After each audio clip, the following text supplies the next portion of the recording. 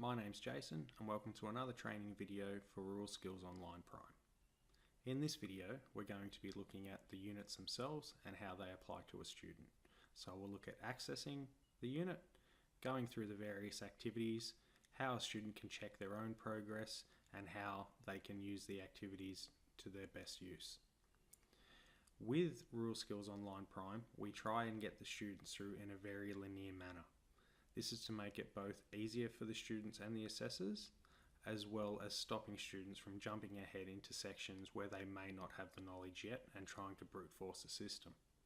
We hope that this makes it an easier way for you to administer your students and guide them through the units. Okay, I'll get it out of the way and let's get started. So here we are logged in as a student. We're going to be using our training course, which is a pared back version of WHS 201. It's just pared back so that we can get through it a little quicker.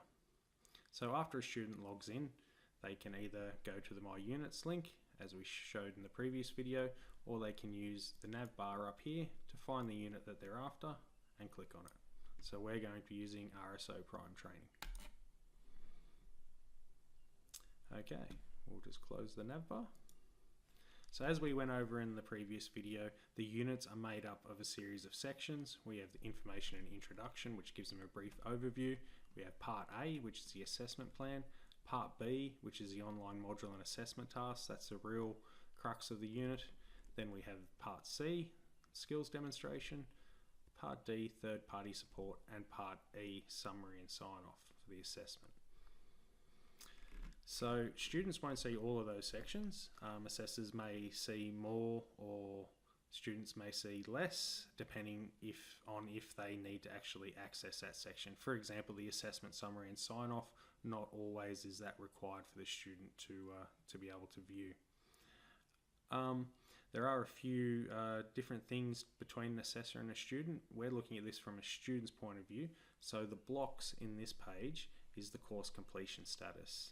Okay, so what this does is update every time they complete one of the activities. So for example, once they've completed the assessment plan, this will show activity completion 1 of 7. In addition to that, they can actually go in and get a small report that will show them the different activities, whether they've completed them, what date they did it, and the status of the activity itself. We're just going to return to the unit page here. This will be easy for them to keep track of where they're up to. In addition to that as well, we also have these little check boxes next to a lot of these activities. So what happens is once they complete an activity, it'll mark it off in line as well. So that helps them have an idea of which ones they've done and which ones they've done and maybe not been found satisfactory for, which will allow them to go back in, gives them a nice visual cue that they need to fix up whatever it is, be it the knowledge check or the assessment tasks or whatever. Okay, so let's get started. We're going to go over the activity types first. So there's 4 main activity types.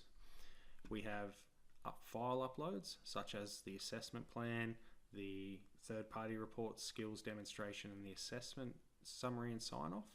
These can be uploaded by the students themselves, but you can also upload on their behalf, which we'll go over in the grading video.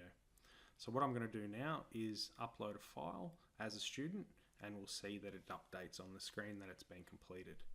So to upload the assessment plan, first you download the assessment plan file. We suggest that you right-click and download the file and save it somewhere safe, particularly a USB drive or a particular folder, because if you try and fill it out on screen as it is now, it'll get lost in your temporary files or in your downloaded files, and it's very hard to get back, if at all. So once that's filled out, they simply go to the activity, which is upload assessment plan, click the button, or the link, sorry, and then click the blue button that says add a new entry. So from here, they can just drag a file in. I'm just going to use a dummy file so it's quicker, and hit save. They can also use a file picker, but generally speaking, the drag and drop is fine. So to use the file picker, instead of dragging and dropping, they use this little icon here, and they go to upload a file, and then they choose the file. Okay, that's all there is to the file uploads. It's very quick, very easy. That's the same for, as I said, the skills demonstration, third-party support, and the assessment summary. So it should be nice and quick. As an assessor, again, we'll go over it in the grading videos, but you can view those files and edit them, delete them, ask for new ones, or submit them on their behalf anytime you like, just by going into the activity itself. The next activity we have is the learning material. So this is where we hold the theory-based component of the unit. It's a series of theory, videos, downloads, and a few other things from time to time, some interactive elements, to get them the base knowledge required for the unit. So to access the learning material, they simply click the link, and it'll give them an idea of how many attempts they've made, and if they have a grade on it, because even though once they've completed it, they'll be able to go back and use it to review the information for the unit if they need to, for the knowledge check or for the assessment tasks. Okay, so click on the enter button and it'll bring up the learning material. So what this is here is it's an alert to say that last time you were in the learning material, you were kicked out for some reason, whether it be a power outage or the internet went out or whatever it may be. And what this does is allow you to re-enter the learning material exactly where you left off. So it's a handy little feature if there are any issues. All they have to do is click OK and it'll take them back to where they were.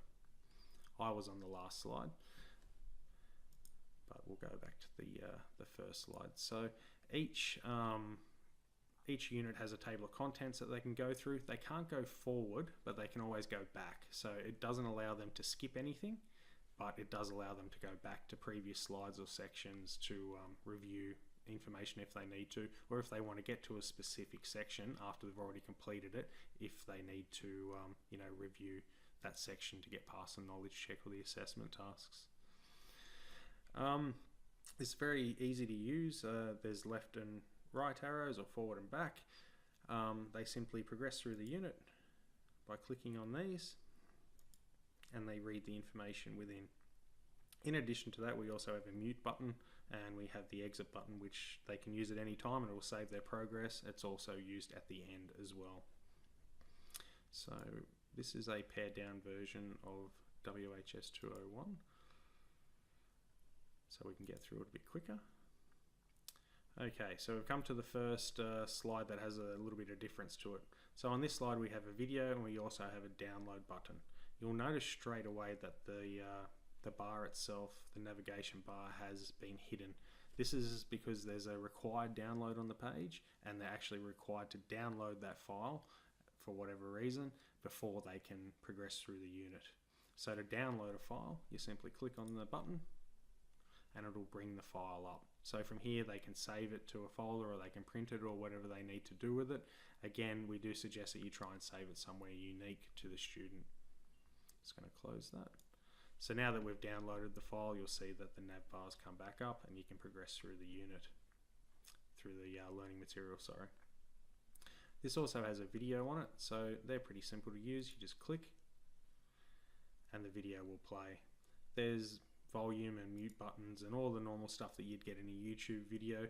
If they want to watch it in full screen, they simply click the YouTube link and it'll take them to the video, and then they can full screen it from there if they wish.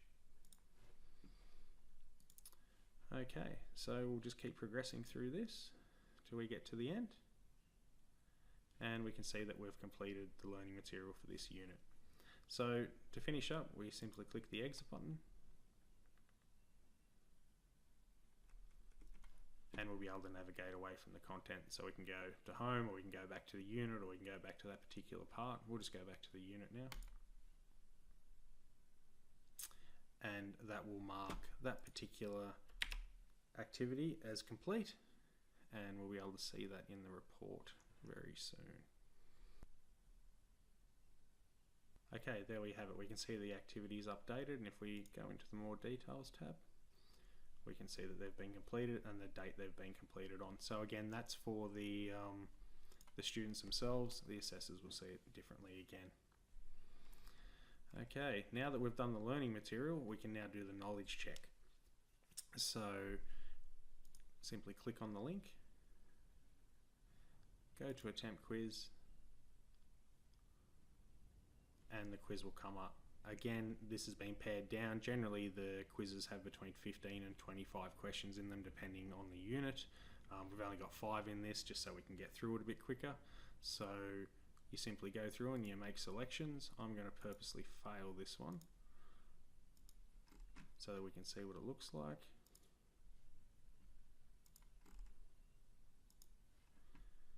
Once they've picked all their options, they click finish attempt, and it'll let them know that the answers have been saved. Then they can click submit all, confirm, and it will give them their score. So we got 3 at this point, which is 20%. We need to get a mark of at least 80% to pass the knowledge check. They will get a review here where they can see which ones they got wrong, as you can see, and after they've finished reviewing it, they click on the finish review button. What that will do is take them back to the quiz page. Now, normally there'll be a 5-minute lockout before they can re-attempt it, and then any subsequent attempts after that are a 2-minute lockout. The reason we have a lockout is so that people don't try and brute force it by just going in and guessing, or they share their answers with other people, or whatever it may be. So it gives them time to go back to the learning material, have a look, review the particular section, or try and find the answer to the question, and come back and have another go. So we're just going to go back to the course page for a second, and you can see here that the knowledge check has a red cross here now. So whilst they have completed that particular activity, they haven't completed it to a satisfactory level, which is the 80%. So this is just a visual cue that they can see that they need to go back in and fix that particular activity up, which we're going to do now. So they click on again, they'll have to wait their 5 minutes, then they can re-attempt the quiz and go through, and hopefully they get it right.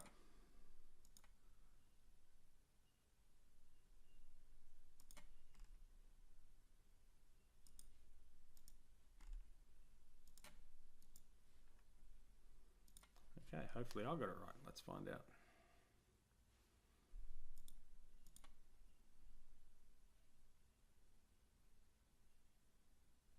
Okay, we got 15 out of 15, or 5 out of 5. That's just the way it's weighted for this particular quiz. Most of them are weighted a little bit differently, but that's okay, just for an example. So we can see that we've finished it, and our highest grade is 100%, or 15 out of 15. So we'll go back to the unit page again and see if that's updated. And we can see now that our knowledge check has got a completed and a nice green tick there to let them know that they've completed that particular activity. So we will go over in the grading video in more depth for the learning material and knowledge check, but that's how the students use it, so it's pretty straightforward. Okay, next we have the assessment task. It's very simple to use for the students. They simply click on the assessment task link,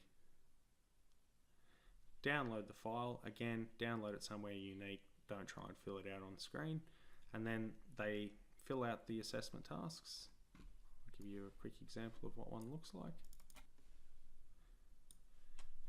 And they can type into these boxes in Adobe Reader or whatever program they're using. Then they simply just save it and upload it to the system. So to do that, they click on Add Submission. Get their file and either drag in or use the file picker as we went over with the other file uploads. Click Save Changes and it'll bring them to another submission page. So the next page it brings it to just lets them know what the status of the submission is. So they can see that it's attempt number 1, that it's in draft mode at the moment. That's just there in case they've uploaded the wrong file or something. They can click on Edit Submission and put the correct file in there. They can see the status is not graded and the last modified date. Here they can add comments if they wish. Not many people do, but they can put them in there if they like. Okay, so once they're happy with everything, they've got the right file and all the rest of it, they click on Submit Assignment and they're presented with this dialogue. So they have to mark this and agree to it. It just says that it's their own work and they've acknowledged the use of the works of other people where needed. And once they're happy with that, they just click Continue and that will submit it to the system for grading.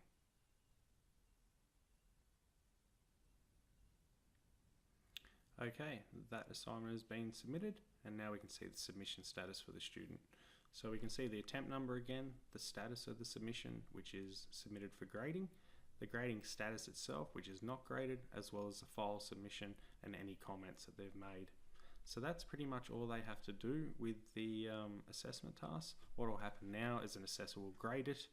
If they're found not yet satisfactory, it'll prompt them to re-upload another file. They'll get a feedback file that they can review and see where they've gone wrong and make the changes to their submission, resubmit it again through the exact same process, and then hopefully they get it right.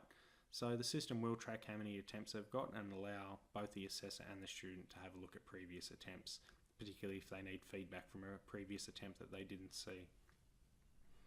Okay, that's about it for the student's view of the assessment tasks. So we're progressing through the unit. The assessment tasks haven't been marked yet, but once they're marked, they'll either get a red cross or a tick. And once they've done that, they'll go through and upload the skills demonstration, or possibly the assessor does, or the trainer. Same with the third-party support and the assessment summary and sign-off.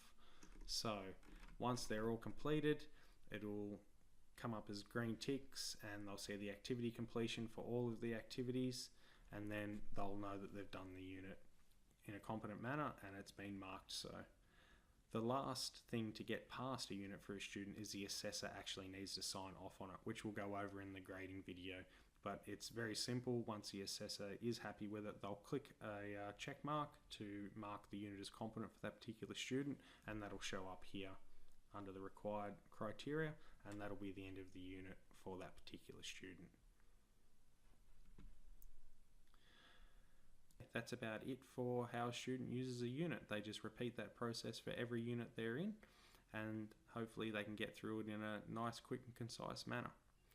Of course, if you guys have any questions on how any of this worked, you can always give us a call, send an email, or put a ticket in at our help desk, which is support@ruralskills.com.au. Okay, thanks for your time, and I'm sure I'll see you in another video. Until then, bye. Thanks.